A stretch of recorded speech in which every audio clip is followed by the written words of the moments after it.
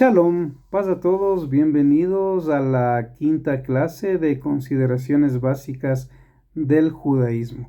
La primera clase fue libros de autoridad del judaísmo, la segunda clase etnias del judaísmo, la tercera clase rangos del judaísmo, la cuarta clase símbolos del judaísmo.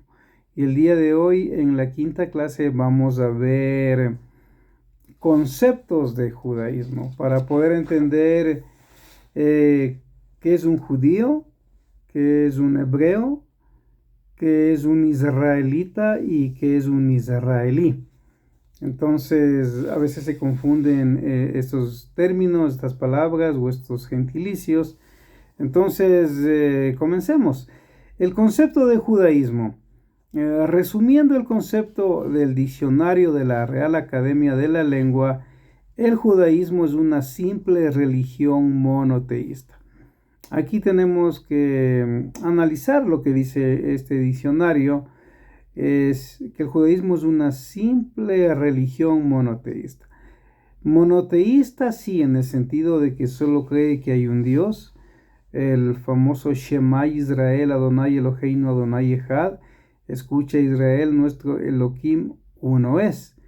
En eso sí estamos claros, estamos de acuerdo, pero de ahí decir que es una simple religión, ya no. ¿Por qué? Porque el mismo judaísmo, la mayoría no acepta que sea una religión el judaísmo. Para los judíos, el judaísmo es un pueblo, los judíos son una nación. Si bien es cierto, están dispersos casi por todo el mundo. Hay más judíos en lo que es el Estado de Israel, que existe desde el 13 de mayo de 1948. Hay también muchos judíos en Nueva York, en los Estados Unidos, en Buenos Aires, Argentina, es donde más judíos hay acá en Sudamérica, hay en México, etcétera. Entonces tienen cosas muy comunes que son propias de un pueblo. Aparte de sus libros sagrados como la Torah escrita, la Torah oral, que después del siglo II fue escrita por un rabino sabio de la época para que no se pierda esa tradición oral. Tiene el Talmud Babli, el Talmud de Jerusalén, el Pirkei Avot, que es el dicho de los padres, tiene los Midrashim o el Midrash, el Shulchan Aruch, la mesa servida, etcétera, ¿no? Entonces, en todos esos libros uno puede aprender que en realidad el pueblo de Israel sería más un pueblo, una nación, un pueblo que está disperso y que mantiene su emuná, su fe. En hebreo, emuná daría la idea de fe, en base a sus textos sagrados, pero también a sus tradiciones, a sus costumbres que todos los pueblos tienen. Entonces, ¿de dónde proviene esto de que el judaísmo es una religión? Según algunos datos de algunos estudiosos, dicen que Napoleón Bonaparte, cuando él estaba en ese apogeo de las guerras, ahí conquistando Europa, más o menos por 1802, 1810, 1812, él tuvo una reunión con el jefe de los rabinos allá en Francia y le hizo 10 preguntas que en alguna clase las vamos a estudiar, y quería saber la opinión de los judíos a través de su rabino principal en cuanto a esos temas que en Francia se consideraban importantes en cuanto a la política, a la sociedad y por supuesto al cristianismo que practican los franceses. Entonces, al final de la charla, pues él dijo, bueno, cualquier judío que nace dentro de Francia, para mí es un francés, puede pelear en el ejército de Francia, puede ser un hombre de negocios en Francia, como lo eran muchos ya. De hecho, el gran comentarista Rashi del siglo XI después de Cristo, él era un judío francés, muy famoso y contemporáneo del judío sefardita Maimónides, de España, que en hebreo se dice Sefará, España. Entonces, Napoleón Bonaparte fue el que dijo, bueno, para mí, Cualquier judío que nace en Francia es un francés y simplemente es de la religión judía. Así como un cristiano que nace en Francia es de la religión cristiana, o un musulmán que nace en Francia es de la religión musulmana. Así de sencillo. Para Salomón y según los investigadores, pues desde ahí proviene ese concepto en las aulas académicas de que el judaísmo también es una religión. Pero, lo vuelvo a aclarar, para el judaísmo no. Para el judaísmo es un pueblo, no es una religión. Entonces, monoteísta sí, recuerden que el famoso Shema Israel, Adonai Eloheinu, Adonai Echad, escucha Israel, nuestro Elohim uno es. Está claro, es el mandamiento más importante. De hecho, a Yeshua, cuando en los evangelios le preguntan cuál es el mandamiento más importante, él lo dice: escucha Israel, nuestro Dios o nuestro Elohim uno es, y a él solo amarás, servirás, etcétera, etcétera, etcétera, ¿no? Entonces, digamos que el judaísmo viene a ser un concepto más profundo que una simple religión monoteísta, ¿no? Dado por el judaísmo mismo, afirma que este es, aparte de ser una religión monoteísta, es un estilo de vida. Claro, cuando alguien se convierte al judaísmo ya es un estilo de vida, desde la forma que va a vestir, los rezos que va a hacer en la mañana, en la tarde, en la noche, la comida con la cual su cuerpo va a ser alimentada, ya va a ser kosher, basado en el libro de Vaikra, que significa y llamó, que en la Septuaginta aparece como el libro de Levítico, en Levítico capítulo 11, donde Dios define qué es comida y qué no es comida. Entonces, obviamente, alguien que ya se convierte al judaísmo, es un prosélito convertido al judaísmo, ya tiene que guardar aún la dieta judía basada en el libro de Vaikra o Levítico capítulo 11 y muchas cosas más. Tiene que celebrar las fiestas bíblicas de Vaikra o Levítico capítulo 23, tiene que dejar el domingo por el Shabbat, etcétera, ¿no? Y por supuesto negar su creencia en Yeshua o en Jesús, si es que se convierte al judaísmo como tal, porque el judaísmo oficial no cree que Yeshua o que Jesús sea el Mesías. Ellos esperan al Mesías.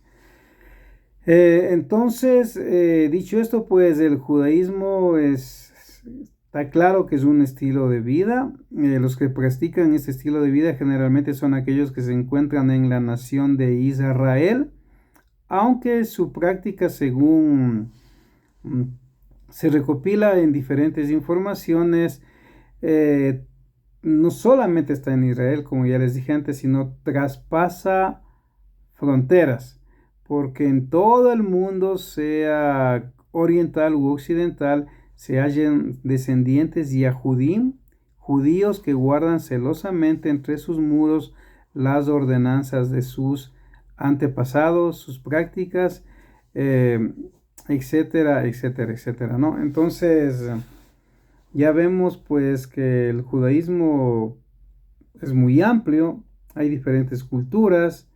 Por ejemplo, en la clase Etnias del Judaísmo uno puede estudiar ahí quiénes son los askenazis, que de pronto hoy son los más conocidos. Hay los judíos sefarditas, que son los de España y Portugal, que luego fueron a Turquía y que muchos de hecho de ellos llegaron acá a lo que hoy es América, sobre todo a Centroamérica y a Sudamérica desde la venida de Cristóbal Colón, etcétera. Entonces es una historia muy grande la que tiene el judaísmo. También se mezclaron, diría yo, en muchos lugares, tomaron mujeres que no eran judías justamente para poder multiplicarse cuando no tenían una mujer judía al lado con quien casarse. Y eso es una realidad que hasta el día de hoy muchos judíos lo hacen. De hecho, acá en Quito hay casos de judíos que tienen esposas cristianas o católicas, porque en la mayoría de los casos las hijas judías, cuando terminan lo que es el bachillerato, el colegio acá, pues normalmente sus padres judíos les envían a estudiar en Israel, Estados Unidos o en Europa. Entonces, algunos judíos de acá que se quedan, pues tienen que tomar una esposa ecuatoriana, sin importar a veces la religión, la creencia. Entonces, el judaísmo está extendido en todo el mundo. Ahora, los inicios del judaísmo como pueblo, aunque algunos dicen como religión, pues sencillamente se dio desde la época, según algunas opiniones, de Shem. Pero hay que entender, ¿no? ¿Quién es Shem? Shem es el hijo de Noah, uno de los 3 hijos de Noah que viene del diluvio. Según el judaísmo, Shem sería Matusalem, el rey de Salem, el rey de justicia. Para el cristianismo, basado en el libro de Hebreos, en cambio, se dice que Shem es Cristo mismo, que ya existía antes de venir en la época del Imperio Romano. Entonces, desde ahí vendría el judaísmo, según algunas opiniones, pero hay que entender que en realidad no había ningún judaísmo en la época de Shem. Si bien es cierto, él fue, según el Midrash, el maestro de esa Torah oral que venía desde Adán, de Abraham, ya que Abraham vivió varios años, según el Midrash, con Noé, y Shem fue su maestro de Torah. Y justamente cuando Abraham después sale a hacer ya su vida, él, después de regresar de una batalla triunfante contra algunos reyes que se habían llevado a su sobrino Lot y a su familia, él pasa por Jerusalén, lo que hoy es Jerusalén, y sale Melquisedec, que según el judaísmo es Shem. Abraham le va a dar los diezmos y Shem le va a dar pan y vino. Hay que entender ese punto dentro del judaísmo. En cambio, para el cristianismo, en el libro de Hebreos, cuando se dice que este Melquisedec no tiene principio en el sentido de días, o que no tiene genealogía de padre ni madre, entonces en el cristianismo se interpreta que es Cristo, ¿no? Pero en el judaísmo no, cuando dice que este Melquisedec no tiene padre ni madre, se refiere a que el sacerdocio de Melquisedec no es hereditario, a eso se refiere, según el judaísmo. Porque en cambio el sacerdocio o ser Kohen Gadol, sumo sacerdote en el Mishkan, en el tabernáculo, viene de Aarón, que ahí sí el sacerdocio se hereda de padre y madre, sobre todo de padre, en este caso de Aarón. Sus hijos tenían que ser los sacerdotes después de él. Entonces son dos hermenéuticas o dos formas de interpretar el texto diferente, ¿no? Entonces para el cristiano, cuando lee que no tiene padre ni madre, asume que es Cristo. Y el judío dice no, cuando dice que no tiene padre ni madre, lo que está diciendo es que el sacerdocio de Melquisedec no es hereditario. No es como el caso de Aarón, que sí es hereditario. Entonces Shem tiene un padre y tiene una madre, es más, su padre es Noé. Sin embargo, ese sacerdocio no se hereda, como el de Aarón sí se hereda. ¿Me explico? Entonces, y ahí vemos ya algunas diferencias. Entonces, el judaísmo es un pueblo que sí procede de Shem, diría yo. Obviamente procede de Abraham también, pero Abraham no es que era un judío, porque Abraham sale de Ur de los Caldeos, era un arameo, que Dios le dice, sale de tu tierra y de tu parentela y te llevaré a un lugar y te daré una tierra prometida, ¿no es cierto? Y él cumple ese mandato que Dios le da.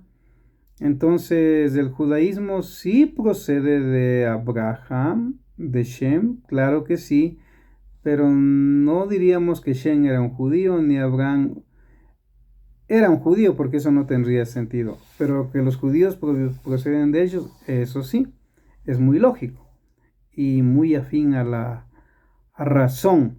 También, ¿quién es el que da esta palabra de judío? Según algunas opiniones, algunos dicen que en el año cuando estuvieron conquistados por Nabucodonosor, cuando Dios los entregó a Babilonia 70 años, y ellos vivieron ahí, incluso los príncipes, entre ellos Daniel, Mesac, Sadrach, Abednego, fueron llevados en cautiverio. Ahí algunos opinan que ya se hablaba de judíos por el reino del sur. Judá, recuerde que el pueblo de Israel, hasta cuando vive Salomón, es un reino unido de 12 tribus. Cuando muere Salomón, su hijo Roboán hereda el reino de las 12 tribus, y ahí es donde se divide el reino. 10 tribus forman el reino del norte con capital Samaria. Las 10 tribus, que hoy se conoce, o en la Biblia se conoce como la casa de Israel, y el reino del sur, que es Judea, queda con 2 tribus. Queda con la tribu de Judá, del cuarto hijo de Jacob, de Israel, y con la tribu de Benjamín, y por supuesto los levitas, porque ahí estaba el templo, ¿no es cierto? Entonces algunos asumen que esta forma de decir judío comenzó en Babilonia, pero otros dicen que no, que fue con Mardoqueo, ya que en el texto del libro de Esther, de una manera despectiva, Amán, el malvado Amán que quería eliminar a los judíos de Persia, que eran 127 provincias, y habían judíos en todas las provincias, los odiaba, y siempre se encontraba con Mardoqueo, que era el tío, según algunas opiniones, según el texto de algunas versiones, era el tío de Hadasa, conocida como Esther, que llegó a ser la esposa del rey Asuero, después de un concurso de belleza que hubo para escoger la nueva esposa para el rey, ya que su primera esposa, pues cuando él pidió que salga desnuda para mostrar su belleza a los príncipes, ella no salió, desobedeció al rey, y eso fue muy vergonzoso para el rey. Le aconsejaron sus consejeros de que haga un concurso entre todas las provincias y de ahí se escoja la nueva esposa, y participó Hadasa o Esther y ganó ella.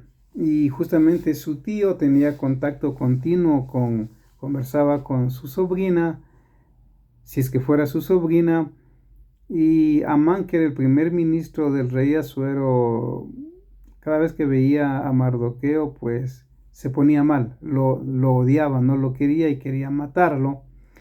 Y ahí es donde él despectivamente en el texto dice el judío Mardoqueo. Entonces algunos opinan que de ahí viene eso de judío de una manera despectiva.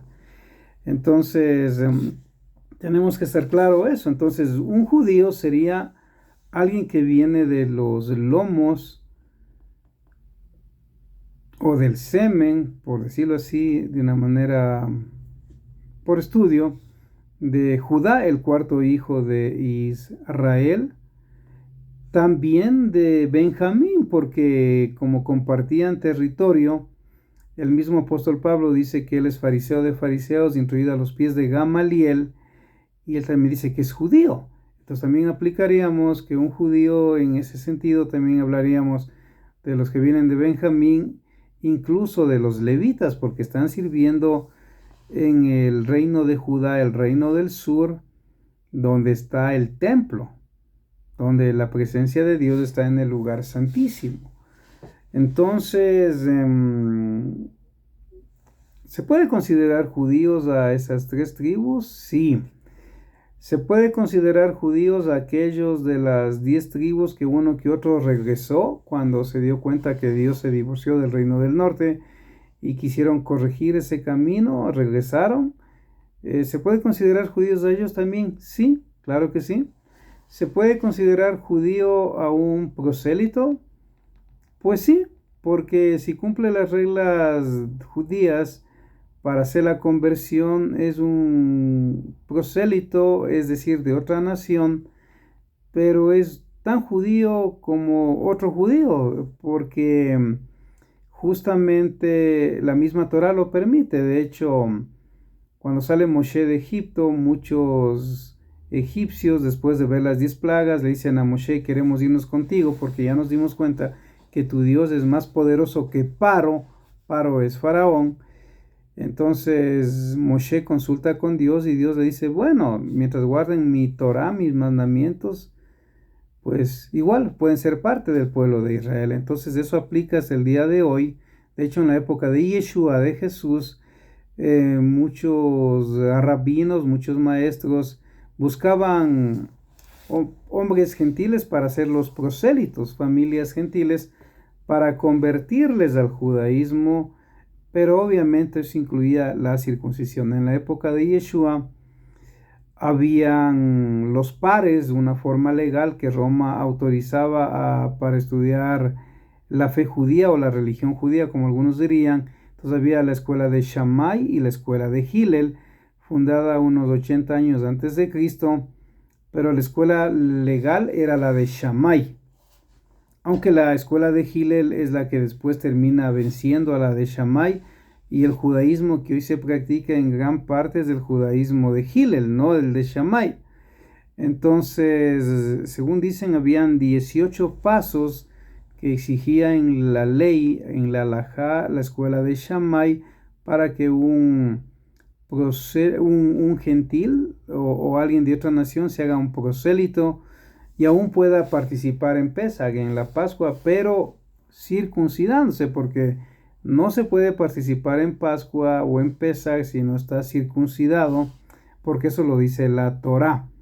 Las fiestas que hoy celebra el pueblo de Israel, diríamos, son conmemoraciones nada más, no son al nivel cuando vi el templo o cuando vuelva a existir el tercer templo que se conoce, ¿no? Si es que Dios lo permite y es así.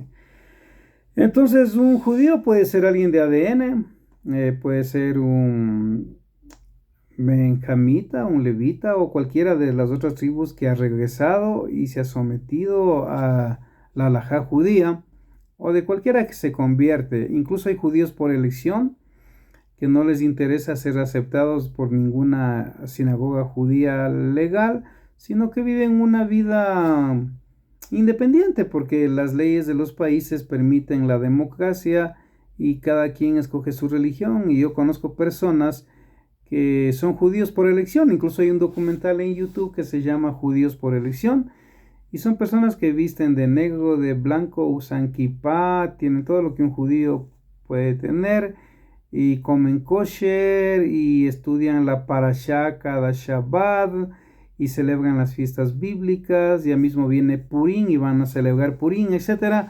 Pero no es que estén aprobados como convertidos o prosélitos, sino que simplemente dicen: a mí me gusta el judaísmo, es la verdad.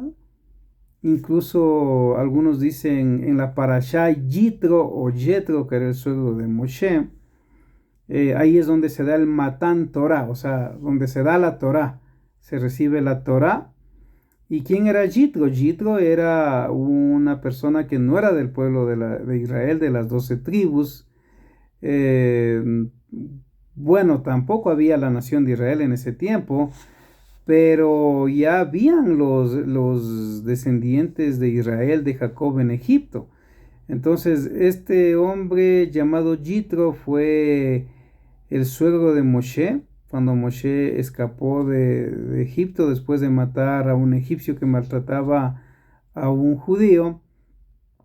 Él se casó con una de las hijas de Yitro, que era sacerdote de Madián, y parece que este Yitro probó todas las religiones, por decirlo así, de su tiempo, la idolatría. En nada encontraba la verdad, no hallaba paz, hasta que conoció al Dios de Moisés, a lo que sería después el Dios de Israel, o el Dios de Israel, porque Jacob era Israel también, y a Dios le cambió el nombre, y con ese Dios se quedó, porque se dio cuenta que es el Dios verdadero, y por eso dicen ellos en la parashá Yitro, ahí es donde se da Matán Torah, ahí es donde Dios da la Torah, donde se recibe la Torah. Muy interesante esa interpretación. Y obviamente el pueblo de Israel en las Sagradas Escrituras tiene la obligación de dar luz al mundo. De hecho, en la fiesta de Sukkot, que es vivir en cabañas 7 días por orden de Dios para el pueblo de Israel, Dios ordena que se sacrifiquen 70 toros, un toro por cada nación, porque en ese tiempo había 70 naciones. Es decir, Dios está pendiente también de las otras 70 naciones que no son del pueblo de Israel. Las otras naciones no conocen la Torá, no conocen los mandamientos positivos, negativos, ni nada de eso. Harás, harás o no harás, no harás. Sin embargo, Dios tiene misericordia de ellos y pide al Cohen Gadol, sumo sacerdote de la línea de Aarón, que se sacrifique 70 toros en la fiesta de Pesach por las 70 naciones. Aún Salomón, cuando se construye el templo, al finalizar el templo, ora a Dios que aún los gentiles de otras naciones que oren en dirección a Jerusalén, pidiendo la misericordia de Dios, el favor de Dios, que Dios escuche sus oraciones. Entonces eso es algo importante en tener en cuenta. Entonces, dicho esto, pues vamos entendiendo un poquito el concepto de lo que es un judío, de dónde procede, tal vez de Babilonia, o tal vez al primero que se le dijo en la Biblia judío, de una manera despectiva, fue Amán a Mardoqueo. Y obviamente provienen de Judá, el cuarto hijo de Israel, de Jacob, a quien Dios le dio la primogenitura. Recuerden que el primogénito era Rubén, pero por hacer algo indebido contra su padre, perdió la primogenitura. Después Simeón y Leví, que les hubiera tocado tal vez la primogenitura, tampoco su padre les da la primogenitura. Dios no les da tampoco la primogenitura porque ellos mataron a un pueblo después de que les hicieron circuncidar, porque el hijo de ese rey, de ese pueblo, había abusado de su hermana Dina.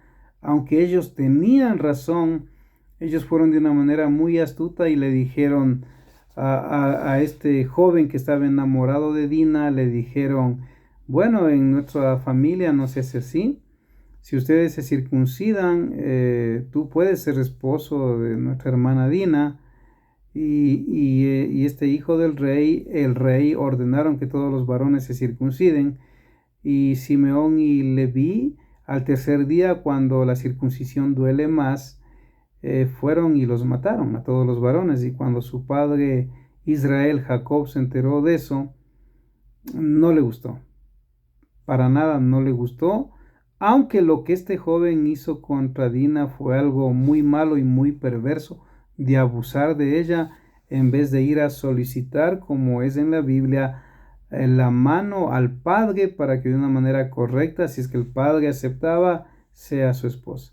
Sino que él la tomó, violó esa ley muy bíblica y bueno, a la larga pagó, pero eso les hizo perder también la primogenitura a Simeón y a Leví. Y Dios y Jacob, Israel, van a poner a Judá, el cuarto hijo, como el primogénito. Incluso cuando el rey David conquista Jerusalén, él va a declarar que Jerusalén es la capital y se conoce hasta el día de hoy como la capital de los judíos, ¿no es cierto? Jerusalén. Cuando alguien dice que Jerusalén no es de los judíos, eso es algo demasiado absurdo o es una persona muy ignorante que nunca ha leído la Biblia o no ha leído la historia, porque siempre los judíos han estado ahí. Y hay textos sagrados aún de otras religiones que mencionan y reconocen eso, ¿no? Entonces, pues, el judaísmo o Yahudá, conocido como judío, significa exaltado del Eterno bendito sea. Este término se halla en el libro de Zacarías 8:23 y en Esther capítulo 2 verso 5. Esta palabra se comienza a usar en la época de los exilios del pueblo hebreo, cuando el pueblo creció, tuvo reinados, pero luego se dividió. Entonces en los exilios es donde se comienza a decir judíos. Entonces, ¿los judíos provienen de Abraham? Sí. ¿Provienen obviamente de Isaac? Sí. ¿De Jacob? Sí, porque él es su padre. Y también podemos decir que vienen de Shem, claro. Por eso se usa el término semita. O cuando alguien está contra Israel se dice el antisemita. O cuando alguien está contra un judío se dice el, el, el antisemita, o sea, contrario a los judíos, ¿no es cierto? O al pueblo de Israel. Pero recordemos que semitas también pueden ser el pueblo de Babilonia, por ejemplo, porque también proceden de Shem. Y hay otros pueblos que están cerca de Israel que provienen de Shem. Pero por alguna razón la gente cuando se dice los semitas asume como que solamente fuera el pueblo judío, pero no. También hay otros pueblos que no son el pueblo de Israel que proceden de Shem. Porque hay otros pueblos que proceden de Gafed, que es otro hijo de Noé, y, y obviamente otros pueblos proceden de Cam, que es otro hijo de Noé, ¿no es cierto? Entonces ya entendemos lo que es un judío. Creo yo está claro ya. Alguien que viene de Judá, el cuarto hijo que tuvo Jacob y Lea, una de las esposas de Jacob, que luego va a llamarse Israel. Pero también hoy judío se aplica a alguien que practica la religión judía.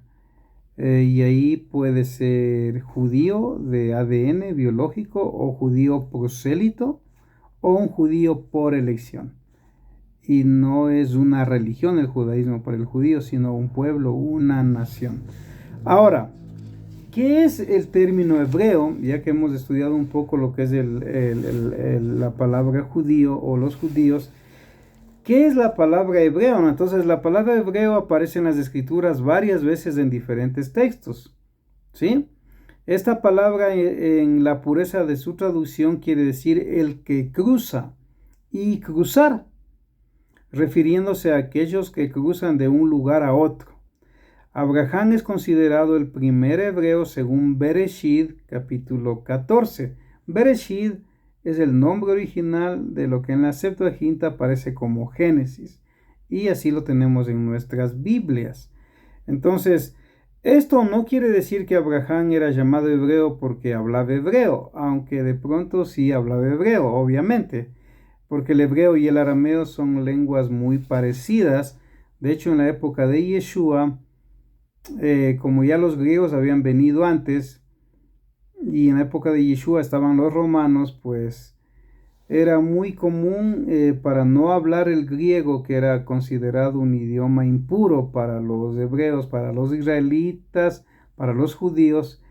Ellos hablaban el día a día el arameo. En Shabbat y en las fiestas hablaban el hebreo. Y para ciertos temas de negocios quizás hablaban el griego, porque el griego en la época de Yeshua era el idioma común de los pueblos, como hoy decir el inglés. Hoy necesariamente hay que saber inglés, porque Estados Unidos habla inglés y es el país más poderoso del mundo, y los países tienen que hacer negocios con los Estados Unidos y mucha influencia en todas las áreas de los Estados Unidos.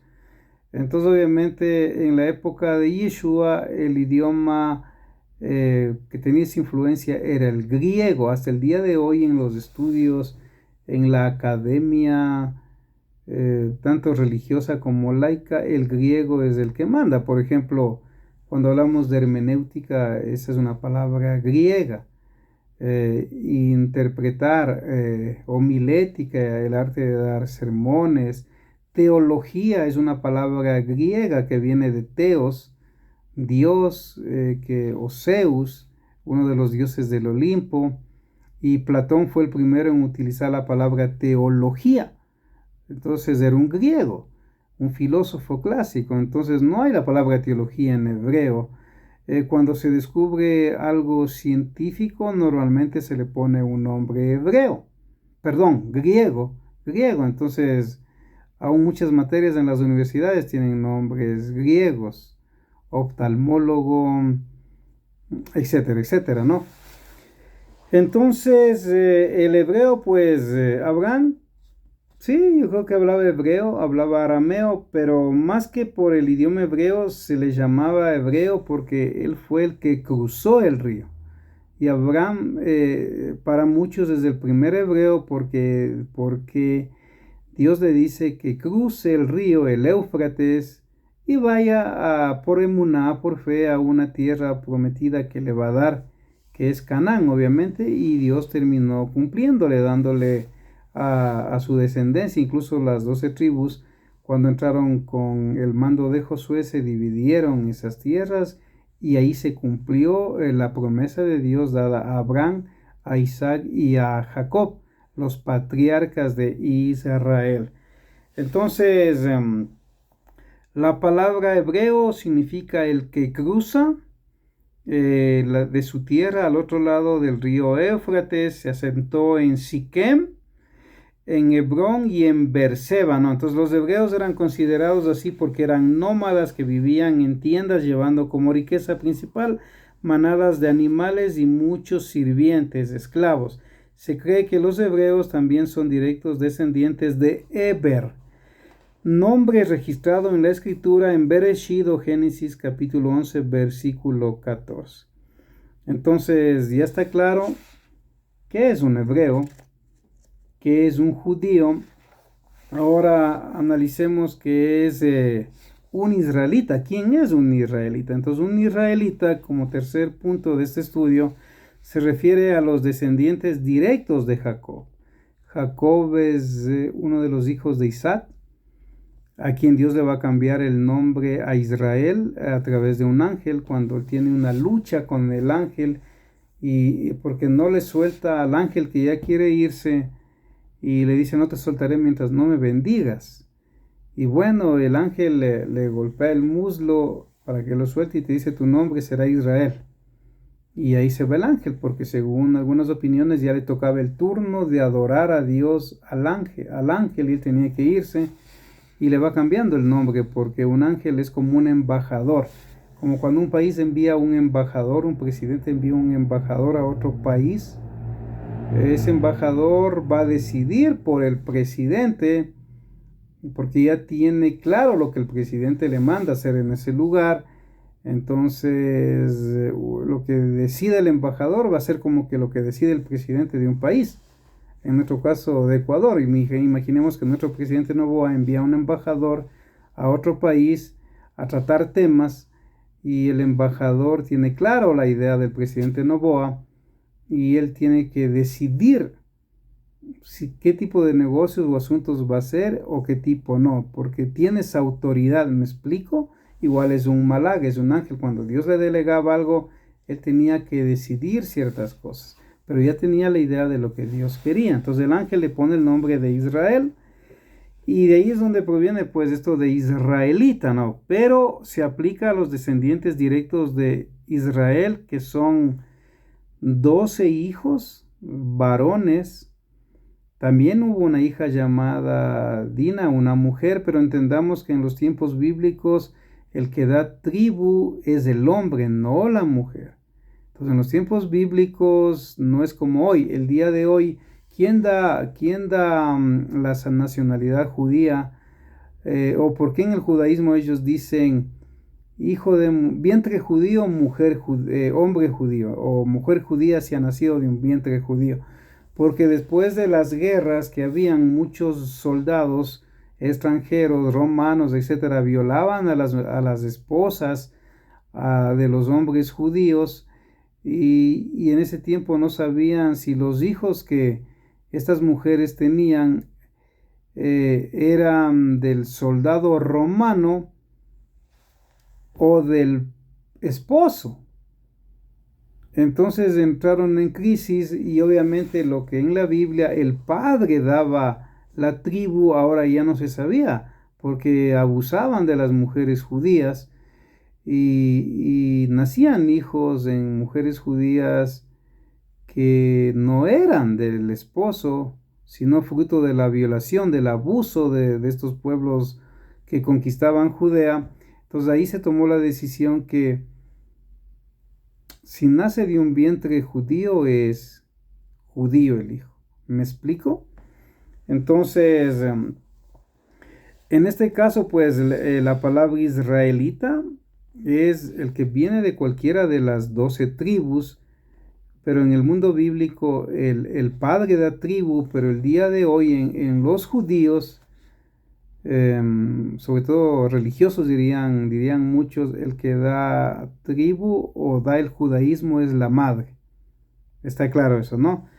Entonces, ya en el Bereshit, capítulo 32, verso 28, se narra juntamente cómo en Peniel hay esta situación donde Dios le pone el nombre a través del ángel y se va a llamar Israel, de donde procede israelita, ¿no? Entonces Israel es un nombre propio, no es un título, es un nombre propio. Melquisedec es un título, rey de Salem, rey de justicia, el sacerdote Melquisedec, pero acá Israel es un nombre y obviamente se va a cumplir con él la promesa de que Dios le dijo a Abraham que va a ser una nación grande. Es así como los antiguos hebreos tomaron el nombre de Israel para ser una nación, un pueblo que tenía leyes, porque en la Biblia, para que haya una nación que se necesita en la Biblia, primero una tierra, y Dios les da la tierra de Canaán. Segundo, se necesita un pueblo que habite esa tierra y va a poblar el pueblo de Israel, las 12 tribus, en los territorios que Dios les da a través de Josué en la repartición. Y tercero, tiene que haber leyes. Entonces las leyes que ellos van a tener son únicas en el mundo. ¿Por qué? Porque son dadas directamente por Dios. Esas leyes, que según el judaísmo son 613 mandamientos, de los cuales se dividen 248 mandamientos positivos, esto harás, esto harás, esto harás, 365 mandamientos negativos, esto no harás, esto no harás, esto no harás. Entonces, mientras la nación de Israel existió como nación, entonces tenía leyes. Entonces, tenían tierra, tenían un pueblo y tenían leyes. Pero ya cuando queda el reino del sur, o Yehudá, de donde procede esto de decirles judíos, obviamente ellos, aparte de las leyes de la Torá, van a aumentar lo que se conoce los cercos de la Torá, la halajá, las takanot, los mandamientos rabínicos, etcétera, y van a ser el judaísmo, diría yo. El judaísmo que según cada generación va a ir respetando la Torá, sí, pero creando ciertas leyes también de acuerdo a la necesidad de la época. Por ejemplo, el Talmud dice la ley del país es la ley. Entonces, si un judío vive en Ecuador, aunque la Torá permita ciertas cosas y no sea pecado para un judío practicar algo que Dios tampoco considera un pecado, pero si en Ecuador es algo que se ve como incorrecto, pues la ley del país es la ley. Tienen que ser prudentes y guardar lo que dice la ley. ¿Me explico? Si en la Torá dice que una mujer puede casarse, yo qué sé, a los 14 años, 15 años, noten que las mujeres judías, incluso Miriam o María, la esposa de Joseph o de José, que según los evangelios fueron los padres de Yeshua, de Jesús, sea que José sea el padre biológico o el padre adoptivo, o sea que Yeshua sea hijo de Dios o hijo de José, eso es otro tema de debate, pero el punto es que ella era joven, aproximadamente de 14, 15 años, de acuerdo a la época, pero acá en Ecuador una persona puede casarse a los 18 años, entonces un judío no se va a casar con una mujer de 15 años. La ley del país es la ley, entonces se casará con una mujer mayor de 18 años. ¿Me explico? Y así en muchos temas que nos podemos imaginar. Entonces, ese es un israelita cualquiera que procede de las 12 tribus de Israel. Recuerden que Flavio Josefo, por ejemplo, este gran historiador judío también, que fue jefe del ejército también de judíos de Israel cuando pelearon contra los romanos, fue capturado por Vespasiano y bueno, se cuenta que Dios le mostró a este judío llamado después Flavio Josefo por la dinastía de los Flavios, en este caso que era Vespasiano y sus hijos Tito y Domiciano, que luego van a heredar el reinado en el Imperio Romano. Él incluso le va a decir a Vespasiano, que era el general que estaba peleando ahí, cuando es capturado, le va a decir: Dios me ha dicho que tú vas a ser el próximo emperador de Roma. Y eso sorprende a Vespasiano, no lo mata. Y resulta que Nerón en Roma, mientras esto estaba pasando en Jerusalén con Vespasiano y Flavio Josefo, que en ese tiempo tiene un nombre hebreo, que luego le van a cambiar a Flavio Josefo, Nerón, pues por matar a su madre Agripina, eso sí los soldados romanos no lo soportaron y lo mataron. Y cuando se enteran de eso, los 4 mejores generales del Imperio Romano que se encontraban en diferentes lugares van a Roma para tratar de tomar el poder, y Vespasiano es uno de los que va aconsejado y es el que vence y llega al poder, porque él era una persona de pueblo nomás, no era de la alta alcurnia en Roma Vespasiano. Y ahí él se sorprende porque se cumple lo que dice Flavio Josefo: tú vas a ser el próximo emperador de Roma. Eso era algo impresionante, y él lo lleva, lo adopta como su secretario. Incluso antes de la destrucción del templo, él lo va a enviar para que esté al lado de Tito, su hijo, que estaba con la 10ª legión romana rodeando el templo Judea, para que se entreguen los judíos, y no querían. Y aún el mismo Flavio Josefo dice la historia que él gritaba: hermanos judíos, entréguense, porque de gana van a morir, porque Dios se ha pasado al lado de los romanos. Por eso muchos judíos de la época no querían a Flavio Josefo, porque después de ser un gran líder entre los judíos, cuando fue capturado, decían: se pasó al lado de los romanos. Pero este Flavio Josefo era tan sabio que se dio cuenta que el templo iba a ser destruido, y dijo: ¿para qué van a morir? Entréguense. No le hicieron caso. Un soldado romano lanzó una flecha, se incendió el templo y murieron muchísimos. Y se quedó sin el templo el pueblo de Judea, de Israel,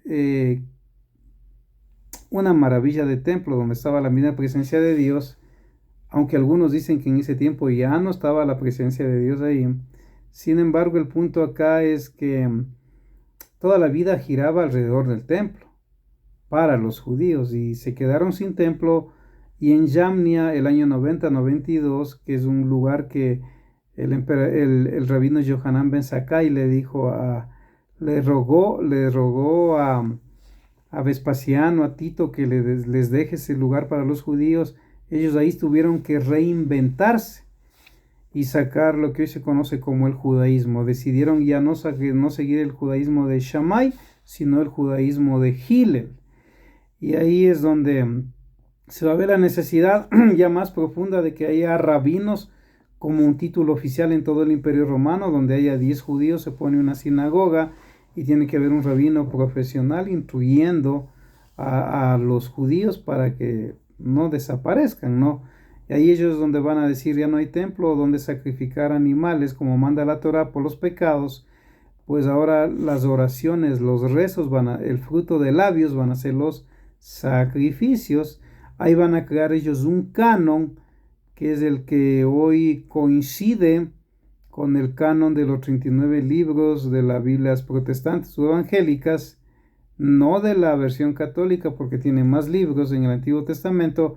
Entonces el judaísmo le va a llamar a ese canon del Yamnia Tanaj, que va a contener 22 libros o 24 libros, que en las divisiones que hacen los hermanos cristianos van a ser 39 libros para el cristianismo, pero que equivalen a los 22 o 24 libros que ya el concilio de Yamnia aprobó, para contradecir a la Septuaginta griega, que era en cambio hecha por judíos griegos o helenos.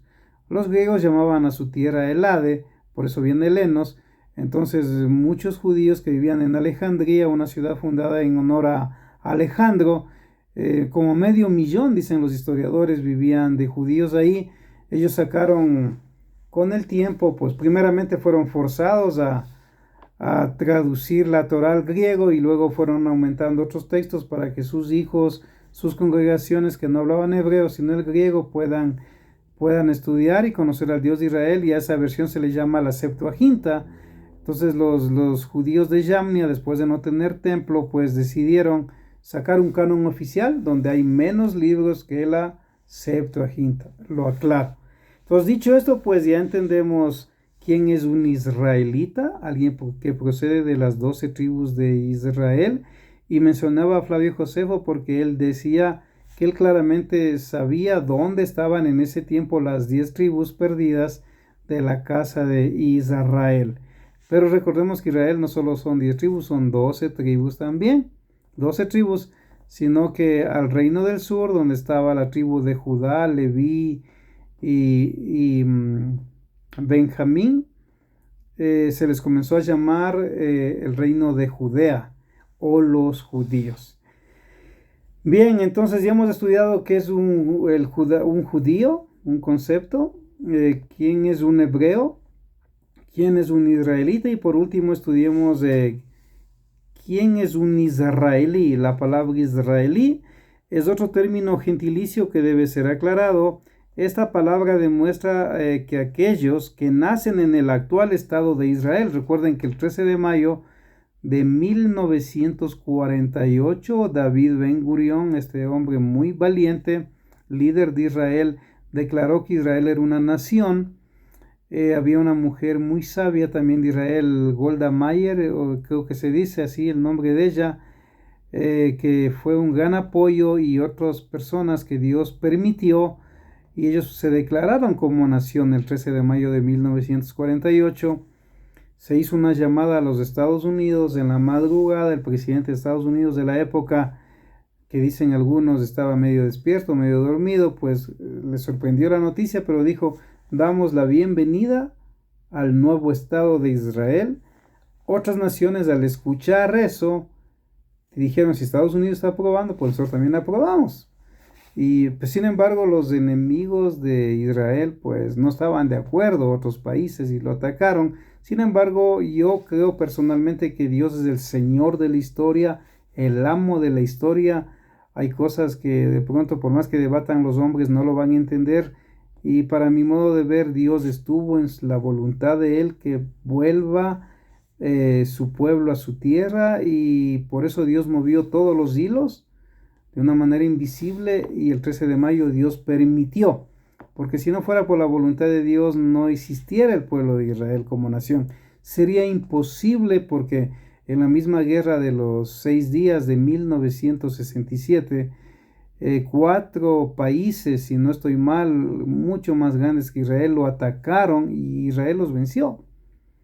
Y hemos podido ver a través de estas décadas hasta el 2026 que estamos, cómo es que el pueblo de Israel ha sobrevivido a ataques de naciones tan grandes que se han unido.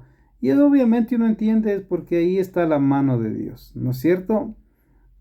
Incluso es sorprendente como, aunque se usa el término sionista por Teodoro Herz, que él fue un periodista judío, me parece que fue austrohúngaro, él judío.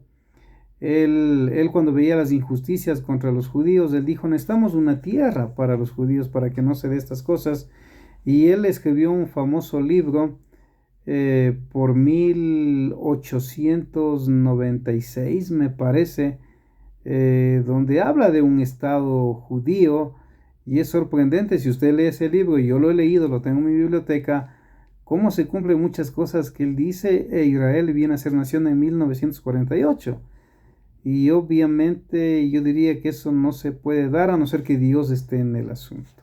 Él es el Señor de la historia. Entonces, obviamente, cuando hablamos de israelí, hablamos de cualquier persona que nazca en la nación de Israel. No es un judío, no es un hebreo, no es un israelita, pero sí es un israelí en el sentido de cualquier extranjero que vaya a vivir allá, se nacionalice, es un israelí. No es un hebreo, no es un judío, no es un israelita. Si tiene hijos que le nacen allá en Israel, en el Estado de Israel, sus hijos son israelí. ¿Me explico?